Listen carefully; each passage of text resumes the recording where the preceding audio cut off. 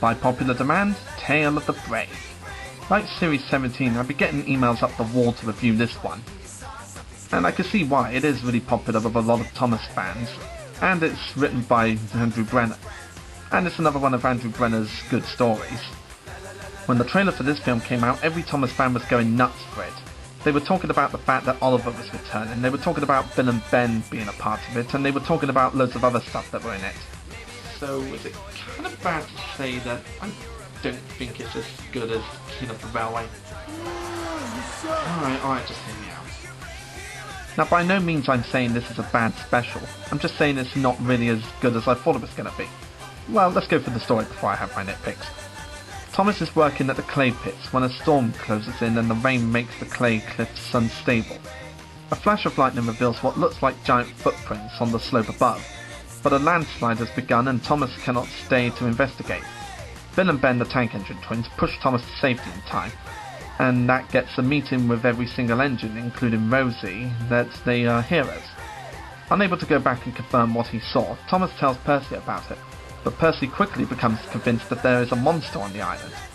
He even becomes frightened of taking the mail train at night. I'm pretty sure they've done this kind of story with Percy before. When an unusual engine with sloping boilers first appears, Percy thinks he must be the monster. James teases Percy and tries to scare him even more, but the new engine, who is called Gator, proves to be a good friend and ally who helps Percy discover what it really means to be brave. So that's the story in a nutshell. But what would my problems be with this special that isn't written by Sharon Miller, even though she was the voice director of this special? Yeah, believe it or not, Sharon Miller was the voice director of this special. Well, who'd have guessed that she'd have been doing something that's even better than her writing? Well, let's get to my main problem with this special. The lesson. Well, I actually really like the lesson. It's a very good lesson to teach kids. Basically saying that being brave doesn't mean you're not scared, but being brave is doing what you're afraid to do. I especially like when Percy and Gator talk about it. The way they both have their own fears is really clever. But the one thing I'm not too keen on though is the fact that Percy's been taking the spotlight for this again. I mean, haven't we done this before in Thomas, Percy and the Dragon and some of the other stories in the past? So basically something that we've done with Percy loads of times, and it's being done again. Another nitpick I have is the same with Series 17, the fact that Rosie has no screen time. It really does annoy me that Rosie doesn't get as much screen time on Thomas these days. I mean, yeah, in the past she's had like cameos, but at least she talked. I mean, in Tale of the Brave in Series 17 and the first few episodes of Series 18, she barely says anything.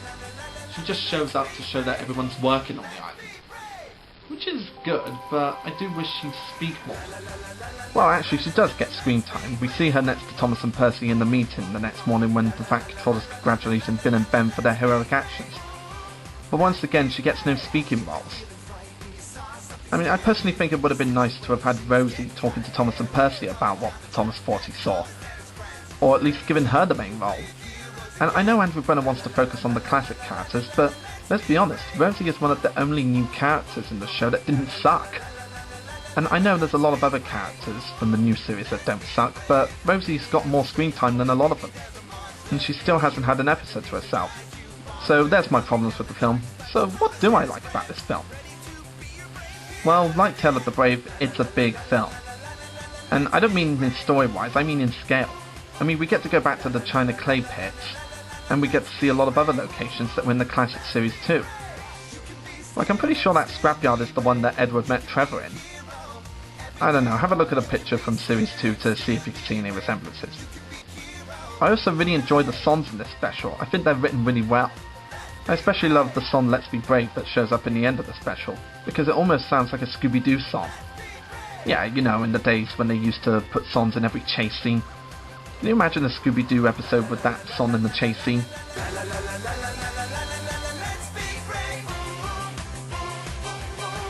Another song I really like is Monsters Everywhere, because every time I watch it, it just reminds me of Heffalumps and Woozles and Pink Elephants on Parade. If you wanted to do something fun to get rid of boredom, then try putting Heffalumps and Woozles and Pink Elephants on Parade in that scene. Look out, Pink Elephants on Parade, here they come, hippity-hoppity, they're here, and there Pink Elephants everywhere. A heffalump or woozle is very confusal. A heffalump or woozle's very sly. I also love the fact that James is teasing Percy. He's basically being his douchey self. Well, I take that back, he was never a douche in the original series, but he's been a bit of a douche here. Even when he gets scared himself one night, he continues to be a douche to Percy until the very end of the special. But I personally think that was a very good role for James, being the one that teases Percy, since he's normally the one who's stuck up and arrogant and all that. So he was a good sort of villain for the special. Yeah, like King of the Valley, this special has no villain in it, it's just James being himself. But I'm alright with that. This was the kind of special that didn't need a villain in it. This special also introduces us to new characters such as Gator, Marion, Timothy and Reg.